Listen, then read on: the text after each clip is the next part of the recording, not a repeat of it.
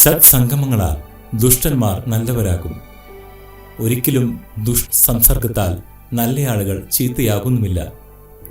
പൂവ് മണ്ണിൽ വീണാൽ മണ്ണിന്റെ ഗന്ധം പൂവിൽ പിടിക്കുന്നില്ല, മറിച്ച് പൂവിന്റെ സുഗന്ധം മണ്ണിലാണ് പിടിക്കുന്നത്. നിങ്ങളുടെ കൂട്ടുകെട്ടിൽ നിന്ന് ദോഷവും ഗുണവും ഉണ്ടാകുന്നു. പക്ഷേ നല്ല സ്വഭാവമുള്ളവർ നല്ല കൂട്ടുകാരിൽ നിന്നും സൗരഭ്യം മാത്രം പകർന്ന് നൽകുന്നവരിലേക്ക് ദോഷം ഒരിക്കലും കടന്നു ചെല്ലുന്നുമില്ല. മറിച്ച് അങ്ങനെ നല്ല കൂട്ടുകാരുള്ള വ്യക്തികളുമായുള്ള സമ്പർക്കം അവൻ എത്ര ദുഷ്ടനാണെങ്കിലും നല്ലവനായി മാറുന്നു. നിഷാദൻ വാൽമീകിയായ കഥ ഇത്തരത്തിലുള്ളതാണെന്ന് ചാണക്യഗുരു നിങ്ങളോട് പറയുന്നു. ചീത്ത സ്വഭാവ ഗുണമുള്ള നിഷാദിനെ മുനിമാരോടൊപ്പം കൂട്ടുകൂടിയപ്പോൾ അവരുടെ ഗുണം കിട്ടി, അല്ലാതെ മുനിമാർ കാട്ടാളന്മാരായില്ല. അതുപോലെ അമേരിക്കയിലെ എൻ്റെ സഹോദരി സഹോദരന്മാരെ എന്ന് തുടങ്ങിയ ചിക്കാഗോ പ്രസംഗം ഓർക്കുക.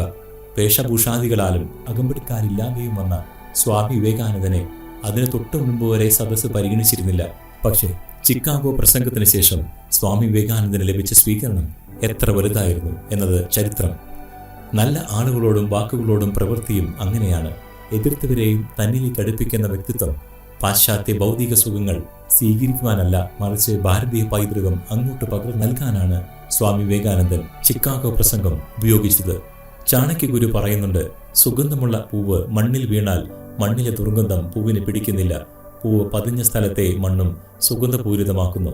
ഗുണവാനിൽ നിന്ന് ഗുണവശങ്ങൾ കിട്ടുന്നു, എന്നാൽ നിർഗുണനിൽ നിന്ന് ഗുണവാന് ഒന്നും സ്വീകരിക്കാനില്ല. നിങ്ങൾ ജീവിതത്തിൽ ഗുണവാന്മാരായി മാറുക. ഗുണമുള്ള പൂവായി മറ്റുള്ളവരിലേക്ക് സുഗന്ധം വ്യാപിപ്പിക്കുക.